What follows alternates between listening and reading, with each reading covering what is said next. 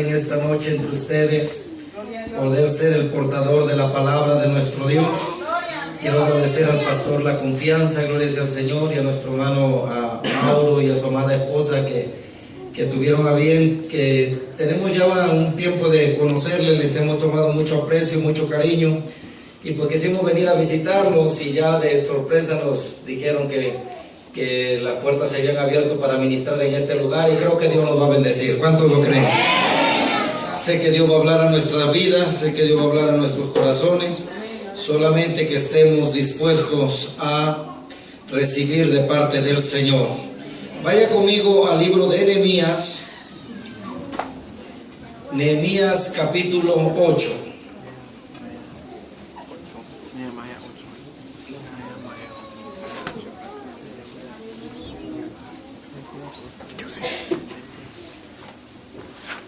Nehemías capítulo 8. ¿Lo tiene? Quiero agradecerle a los hermanos del sonido, ahí se oye perfecto. Quisiera que por favor no me lo vayan a menear para nada, gloria sea al Señor. Y sé que Dios se los va a recompensar con muchos hijos. Nehemías capítulo 8, ¿lo tiene? ¿Otro? Señor, vamos a leer tu poderosa palabra. Este libro es un libro espiritual, por lo tanto necesitamos una mente espiritual para poder entenderlo. Yo te pido, Señor, que nos reveles tu palabra en esta noche, que nos hables y que nos bendigas por nombre, porque por nombre tú nos conoces. Te pido, Señor, que desde la primera silla hasta la última podamos ser saturados bajo la unción y el poder de tu Santo Espíritu. Señor, yo te ruego que si hay alguien enfermo, a tu palabra tú le añadas sanidad. Señor, si hay alguien que se ha debilitado o ha caído, a tu palabra tú le añadas restauración. Señor, y en el nombre de Jesús declaro que a tu palabra tú le añades liberación. Y si hay alguien que no te conoce, Dios mío, en esta noche te pido que a tu palabra le añadas salvación.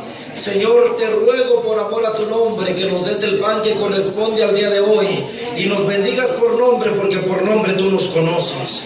Señor, y te ruego que a través de tu Santo Espíritu nos hagas no solamente oidores, sino hacedores de la palabra.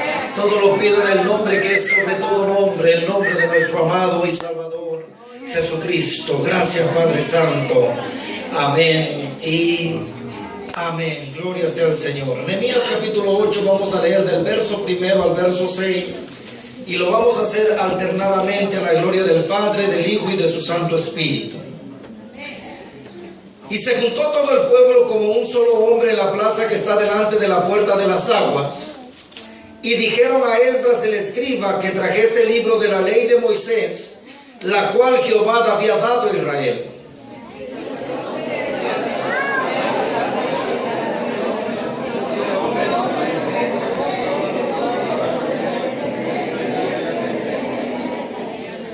Y leyó en el libro delante de la plaza que está delante de la puerta de las aguas, desde el alba hasta el mediodía, en presencia de hombres y mujeres y de todos los que podían entender.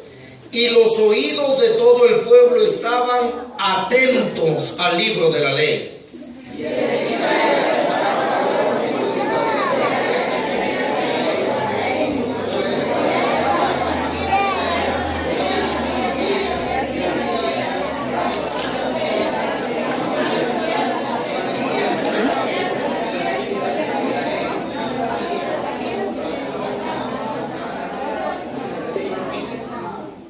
Leyendo, están rezando. Abrió pues Esdras el libro a ojos de todo el pueblo, porque estaba más alto que todo el pueblo. Y cuando lo abrió, todo el pueblo estuvo atento. Bendijo entonces Esdras a Jehová, Dios grande. Y todo el pueblo respondió, amén, amén, alzando sus manos. Y se humillaron y adoraron a Jehová, inclinados a tierra. Por favor, ocupe su lugar, póngase cómodo, pero no se duerma. Acuérdese que se sienta el cuerpo, pero no la lengua. Gloria sea al Señor. ¿Usted cree que ahí sentado puede alabar el nombre del Señor? ¿Usted cree que ahí sentado puede dar un gloria a Dios bien fuerte? ¿Usted cree que ahí sentado puede darle un fuerte aplauso al Señor?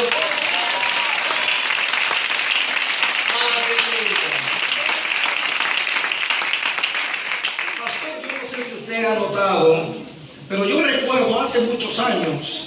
Yo soy de un pueblo llamado Tenextepango, Morelos, si no estoy hablando en lenguas, así se llama mi pueblo.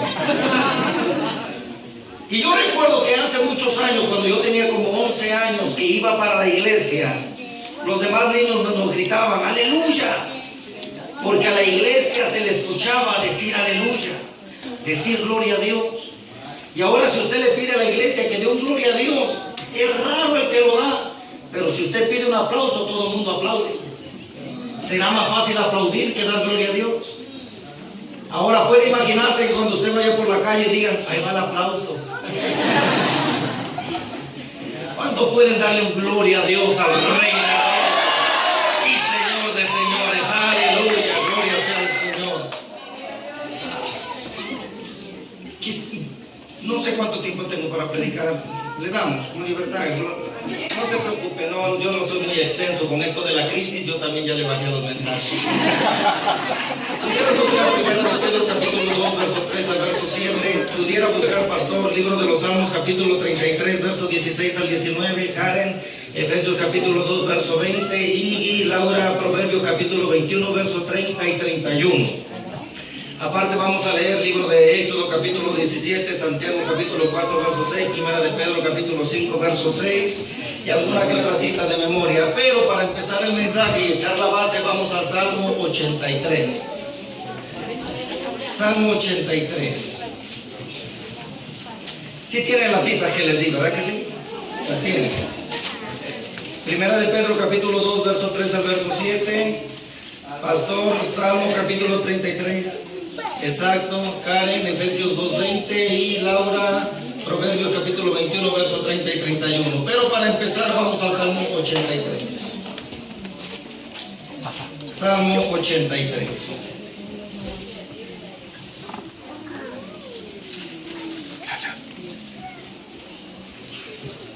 Salmo 83, ¿lo tiene, verdad que sí?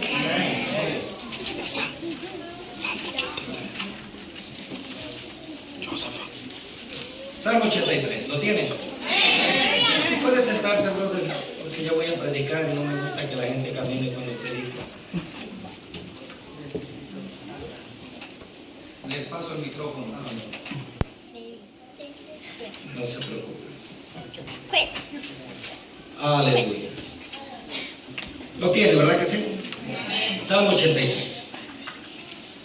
Oh Dios, no guardes silencio.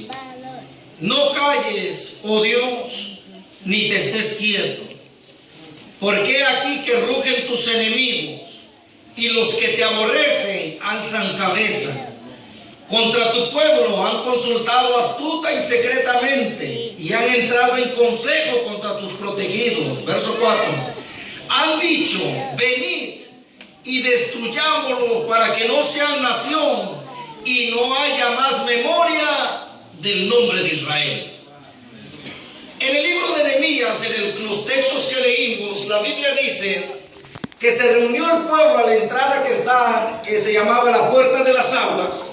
Cuando usted lee el capítulo 7 va a encontrar que Nehemías hace un empadronamiento. 50,000 personas fueron las que Nehemías contó. Ahora, de esas 50,000 personas, vienen todos, se reúnen a la entrada que está enfrente de la Puerta de las Aguas y dice que se reunieron como un solo hombre.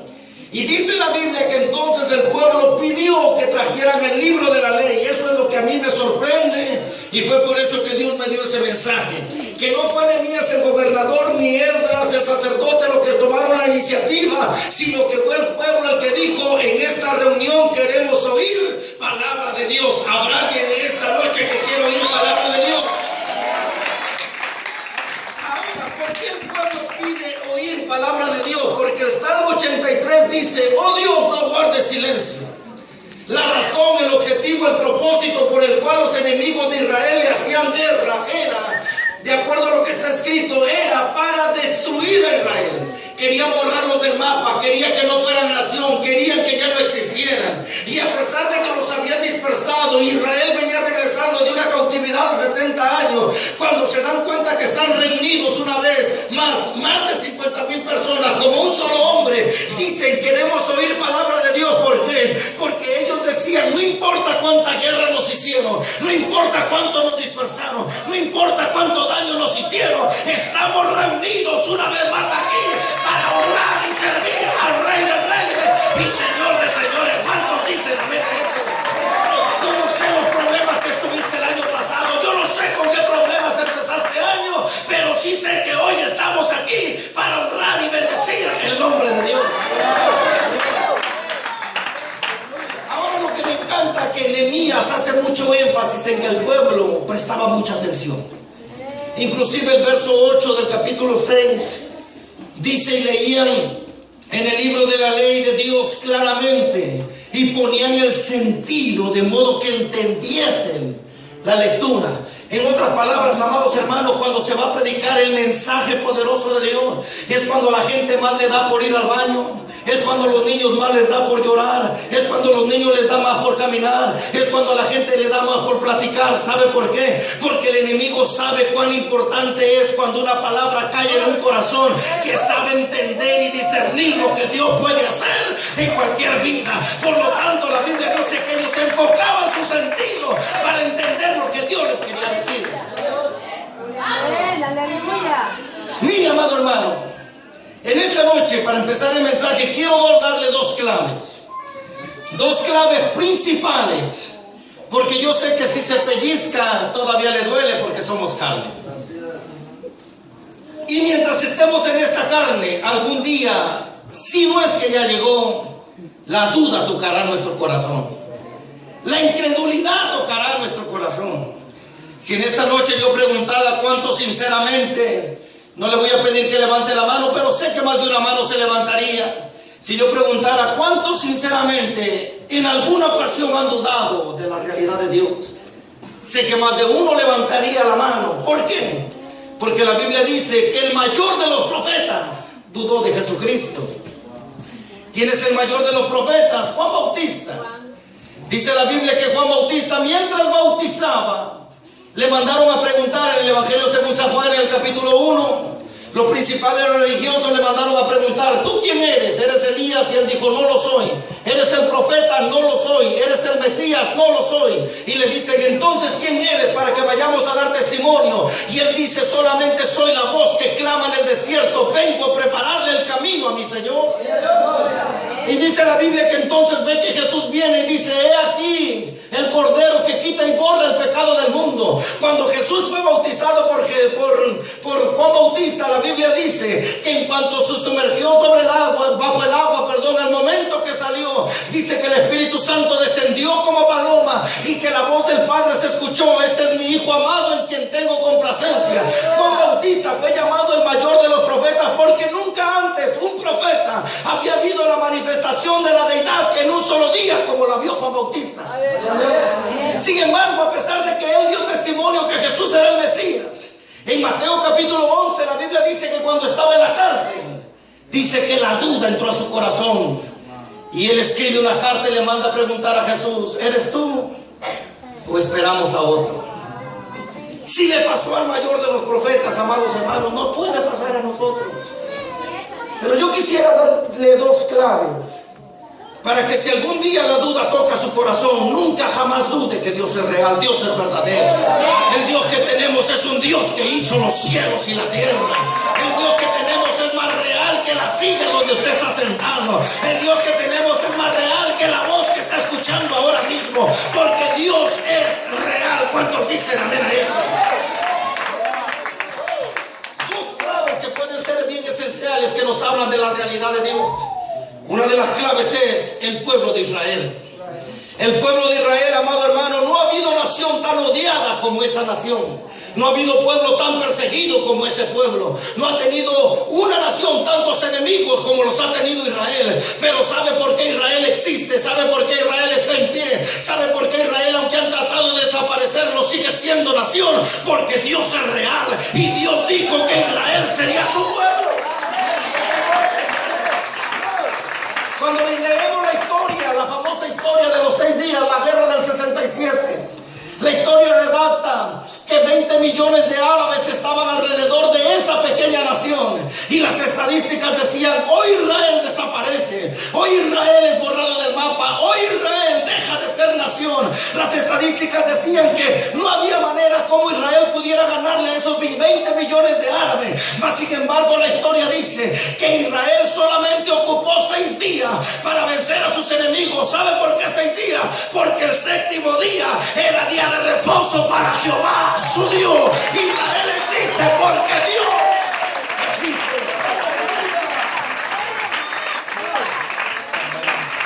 El año pasado, al jefe de una gran nación se le ocurrió públicamente maldecir a Israel.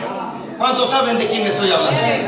Y este hombre dijo públicamente que desde sus entrañas maldecía a Israel. ¿Y qué fue lo que hizo Dios? Dios solamente cumplió su palabra. Porque Dios le dijo a Abraham: de donde viene Israel y donde viene también nuestra fe, porque Abraham es el padre de la fe. Le dijo a Abraham: de ti saldrá una descendencia. Y sabes qué, al que te bendiga lo bendeciré, y al que lo maldiga lo maldeciré. Por lo tanto, este hombre se atrevió a maldecir a Israel desde sus entrañas. ¿Y qué fue lo que hizo Dios? Desde sus entrañas le mandó un cáncer que ni los mejores doctores de Cuba se lo pudieron quitar. Por lo tanto, si una maldición surgió efecto, ¿cuántos se atreven en esta hora conmigo a decir que Jehová bendiga a Israel, que Jehová bendiga a su pueblo, que Jehová bendiga a sus escogidos? Y si Jehová los bendice a ellos, lo bendecirá a nosotros que declaramos bendición sobre ellos. ¿Cuántos alaban la gloria?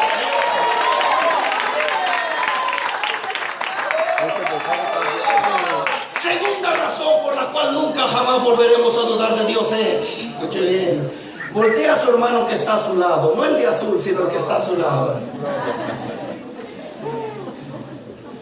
¿Sabe por qué él está aquí? Porque Dios es real. Porque desde que la iglesia se fundó, el enemigo, los imperios, las naciones han tratado de destruir la iglesia. Le han hecho guerra, la han perseguido, la han atribulado, han querido exterminarla. Pero ¿sabe qué? Un día sábado estamos reunidos aquí porque Cristo dijo: la iglesia que se funda sobre la roca, ni las puertas del infierno. ¿Cuántos alaban a Dios en esta noche? Estamos aquí porque Dios es real. Estamos aquí porque hasta este día nadie ha podido detener a la iglesia de Jesucristo. Y las puertas del infierno, dijo el Señor, prevalecerán contra la iglesia. Por lo tanto, la iglesia existe. ¿Sabe por qué? Porque Dios es real.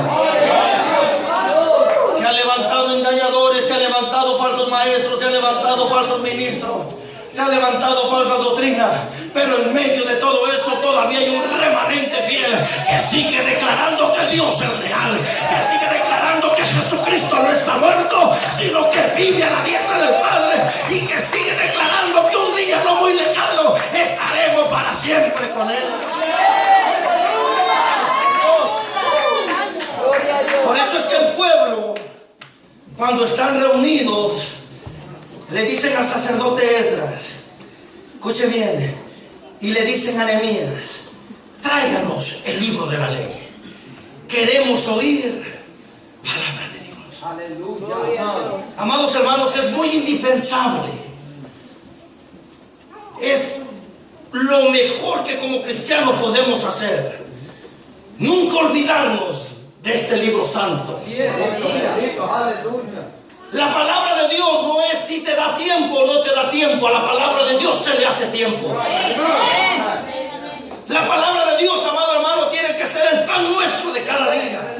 De alguna o de otra manera tenemos que motivarnos nosotros mismos a ver qué es lo que Dios quiere decirnos, qué es lo que Dios quiere hablarnos, qué fue lo que Dios nos dejó escrito. Porque la palabra de Dios tiene que ser algo indispensable como cristianos. Por lo tanto, ellos dicen: queremos oír palabra de Dios. Y en el verso número 5 dice: abrió pues Esdras el libro a ojos de todo el pueblo, porque estaba más alto que todo el pueblo. Y cuando lo abrió, todo el pueblo estuvo atento. Porque todo el pueblo tenía hambre de la palabra. Y dice la Biblia, el verso número 6. Bendijo entonces Esdras a Jehová, Dios grande. Aleluya. Estas son una de las mejores alabanzas que usted puede escuchar. Esta es una de las mejores expresiones con la cual usted puede honrar a Dios. Porque dice la Biblia que él empezó diciendo Dios grande. Y la realidad, amados hermanos, es que el Dios que tenemos es un Dios grande. Tal vez somos un pueblo pequeño, pero el Dios que servimos es un Dios grande. Tal vez somos un pueblo tan chiquito, pero el Dios que tenemos es un Dios. Si este año empezáramos con la actitud de conocer el Dios que tenemos.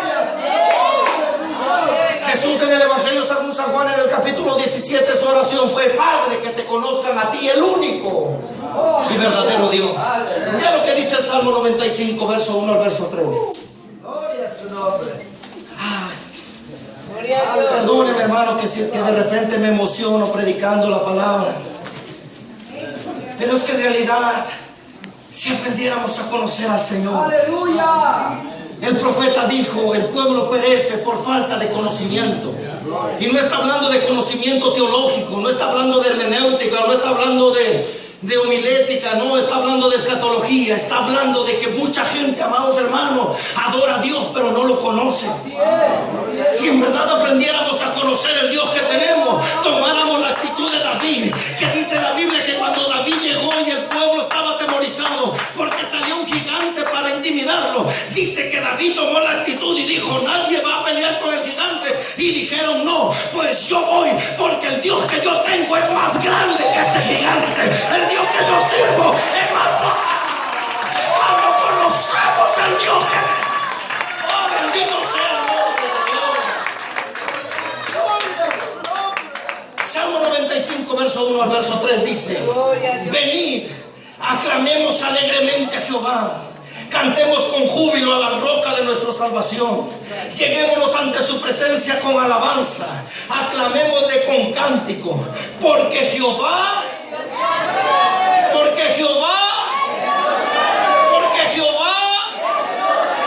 y Rey grande sobre todos los dioses. Cuando Moisés está pastoreando las ovejas de su suegro, la Biblia dice que vio una zarza que ardía y no se consumía. El milagro no estaba en que la zarza ardía, el milagro estaba en que no se consumía. A mí no me sorprende que hablen en lengua, porque ¿sabe por qué? Porque mucha gente arde mientras está en el culto, pero las mismas lenguas que hablan en el culto, con esa misma lengua están hablando afuera de los demás, están hablando afuera del pastor, están hablando afuera de los hermanos. Por lo tanto, el milagro no es que ardía, sino que no se consumía. Aleluya. El testimonio que le dieron a Juan Bautista es: al que tú veas que el Espíritu Santo desciende y reposa sobre él. Aleluya. No que nomás se enciende y se apaga, como lucecitas de Navidad, se prenden y se apagan. No, que repose sobre él. Ese es el Hijo de Dios, le dijeron a Juan. Por lo tanto, Moisés, cuando ve aquella zarza que no se consumía, dice: espérate, que algo está pasando. Y cuando se acerca, escucha una voz que le dice: Moisés, quítate el calzado de tus pies, porque el lugar donde tú estás es santo. Quiero que vayas a libertar a mi pueblo. Y Moisés dice: ¿cómo voy a ir? ¿Qué le voy a decir? Y entonces el Señor le dice: vas a ir y le vas a decir que el gran yo soy fue el que te envió. Y entonces cuando Moisés llega a Egipto, la Biblia dice que en Egipto adoraban la vaca, Dios le mató la vaca. Adoraban el río, se lo convirtió en sangre. Adoraban el sol, se lo oscureció. Porque el Rey grande es Jehová sobre todos los dioses. El único y verdadero Dios se llama Jehová de los ejércitos. Tan grande es nuestro Dios que para libertar a su pueblo destruyó la economía de toda una nación. Por lo tanto, amado hermano, tu economía no depende de tu trabajo, tu economía no depende de tu cheque, tu economía no depende de la compañía. compañía. Tu economía depende del dueño del oro y la plata, Jehová de los ejércitos.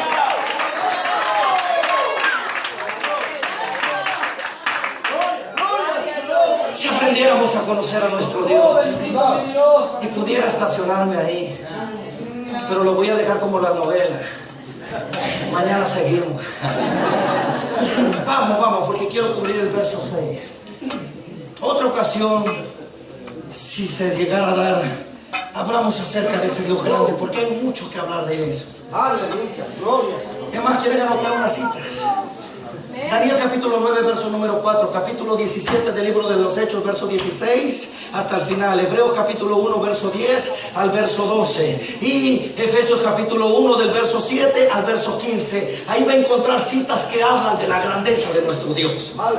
Pero eso yo quisiera ahorita enfatizar en donde dice que bendijo Esdras a Jehová Dios grande, y todo el pueblo respondió amén.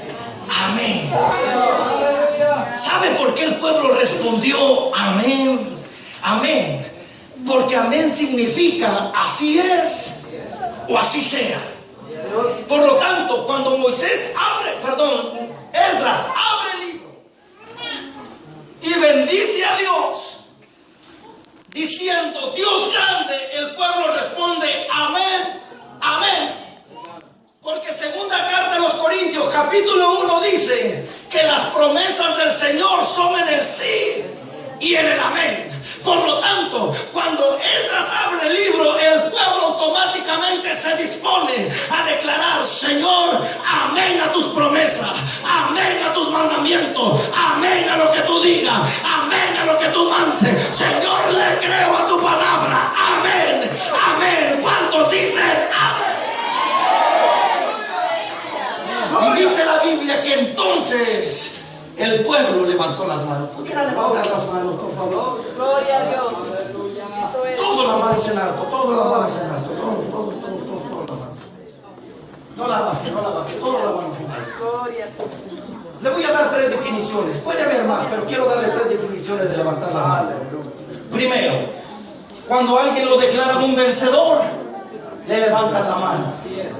Segundo, cuando usted se rinde, usted levanta la mano.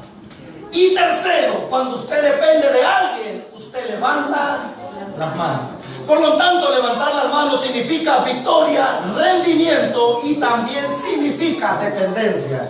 Bájela, por favor. Vaya conmigo al libro de Éxodo capítulo 17. Libro de Éxodo capítulo 17.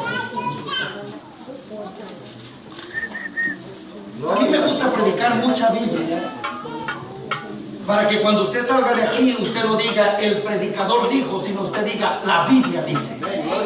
No sé si me explico. Que no diga el hermano Manuel dijo, no, Dios dice.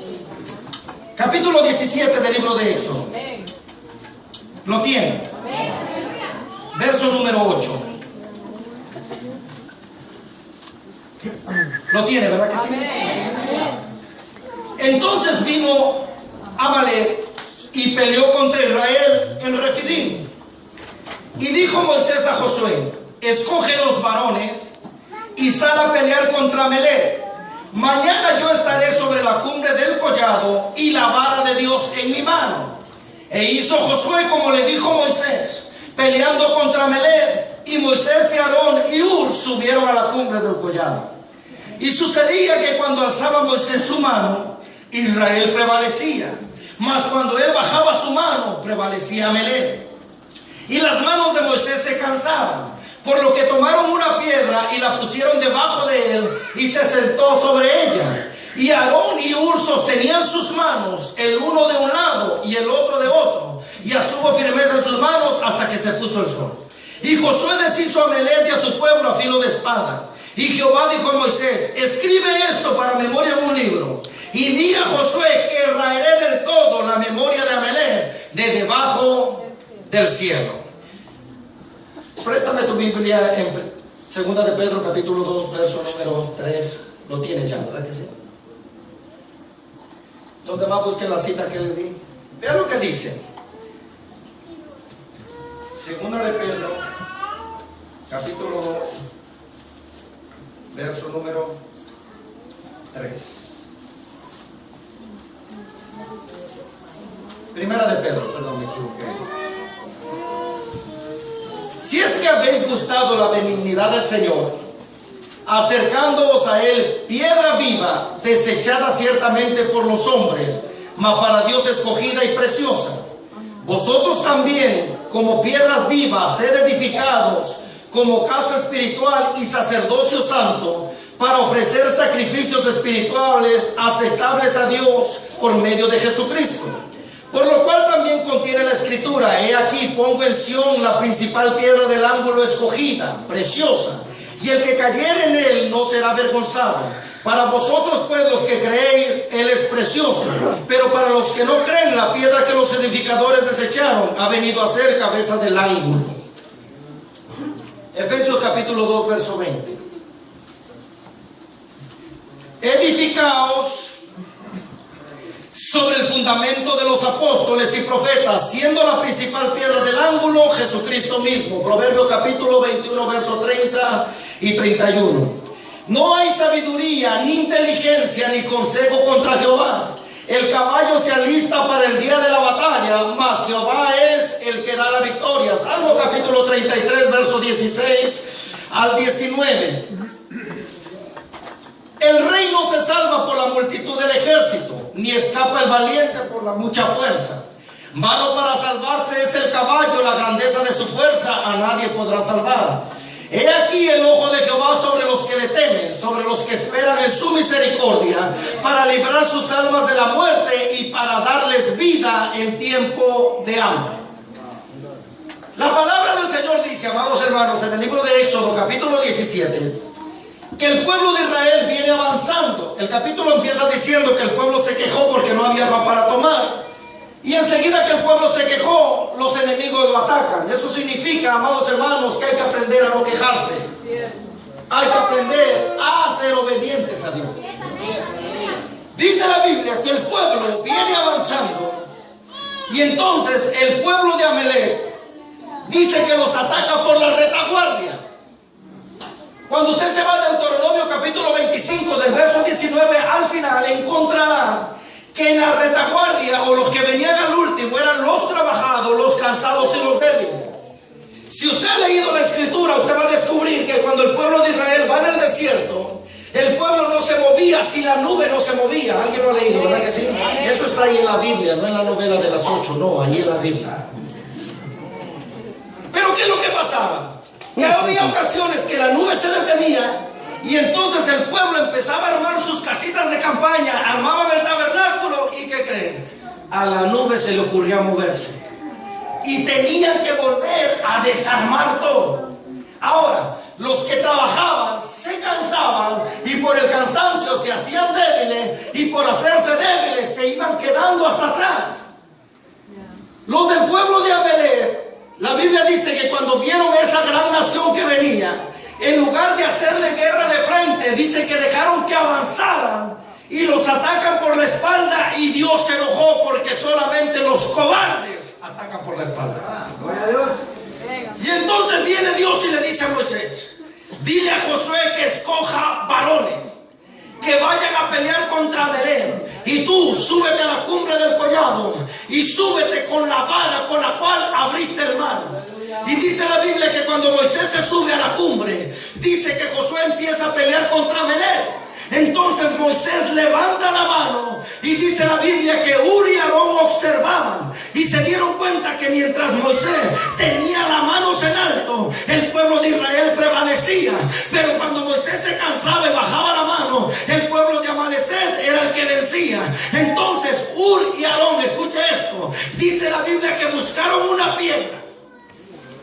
Cuando encontraron la piedra, vinieron y la pusieron como fundamento. Y entonces sentaron a Moisés. ¿Por qué fue que primero buscaron una piedra? Porque querían que Moisés estuviera en algo estable. Por lo tanto, tanto Pedro como Pablo dice que toda persona, toda iglesia, toda familia que echa su fundamento en la roca que es Jesucristo, no habrá nadie que pueda destruirla, no habrá nadie que pueda vencerla.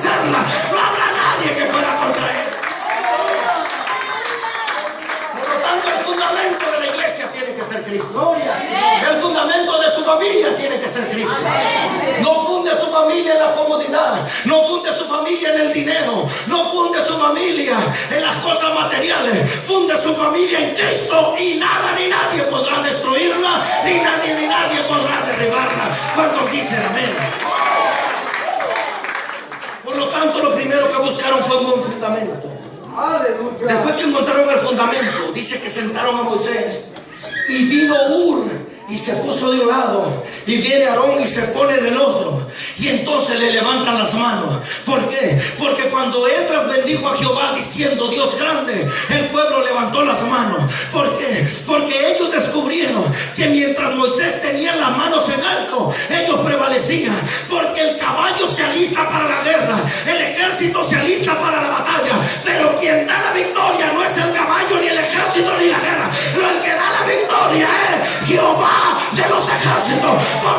Por eso, en medio de la prueba, en medio de la lucha, aprende a levantar tus manos y decirle a Dios: mi victoria viene de ti, Señor, yo dependo de ti, Señor, yo me rindo a ti. Cuando puede levantar sus manos al Rey de Reyes y Señor de señores.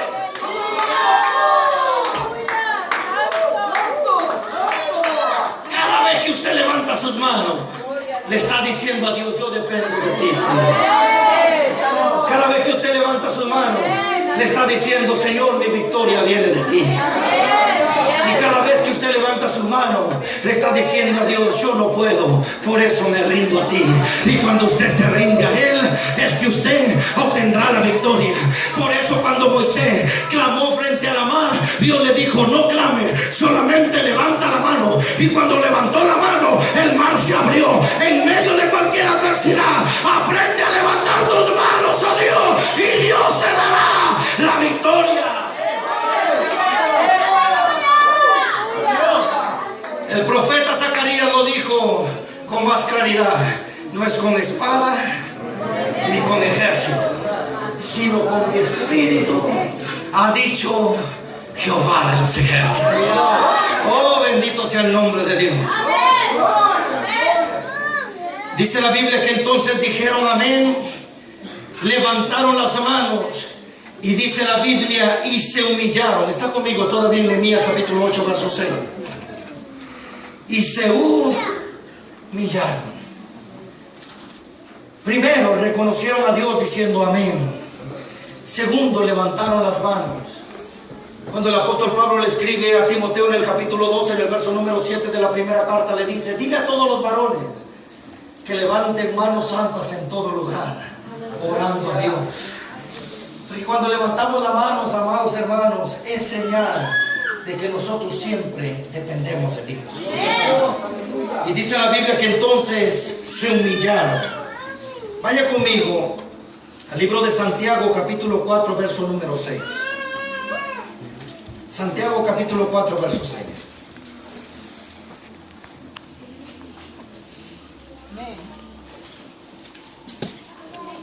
¿Lo tiene?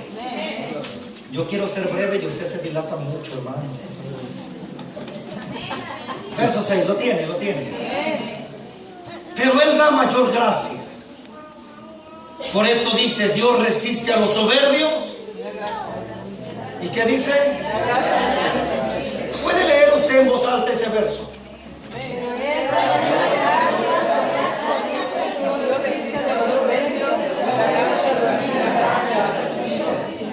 Pero Él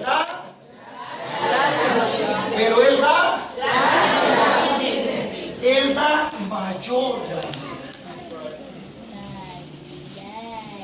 ¿Ve qué texto tan poderoso? Porque por gracia somos salvos. Por gracia somos salvos. Pero cuando somos humildes, Él nos da mayor gracia. Es que la humildad toca el corazón de Dios. No sé si me explico. Hay gracia por la que somos salvos, pero hay gracia, escuche bien, que es mayor cuando somos humildes. Ah, qué rica palabra, ¿verdad que sí? Sigamos leyendo. Ay, es que la palabra es tan linda, amados hermanos.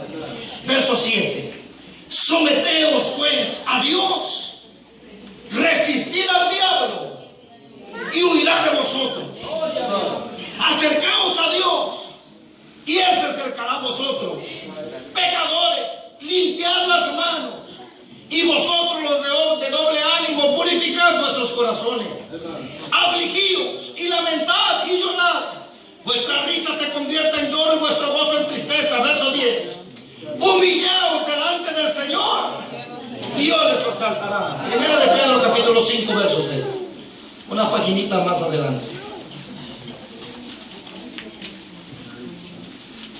¿Lo tiene?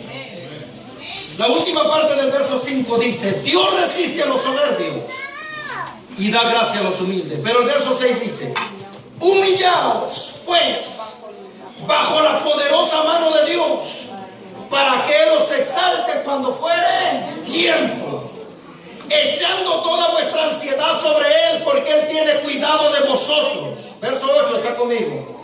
Sed sobrios y velad, porque vuestro adversario el diablo, como león rugiente, anda alrededor buscando a quien devorar. Se dio cuenta que los dos textos que hablan que el diablo es nuestro enemigo, el contexto habla de humildad. Lo descubrió conmigo, ¿verdad que sí? Diga amén, aunque sea por misericordia. Los dos textos que hablan que el diablo es nuestro adversario, nuestro enemigo, el contexto habla de la humildad. Quiere decir que la humildad es una de las armas más poderosas que tenemos contra el enemigo. Porque ¿qué fue lo que destruyó al diablo? Su orgullo, su arrogancia. Y no quiero abusarse de tus tiempos, sino les explicaría claramente qué fue lo que pasó, pero habrá otra ocasión.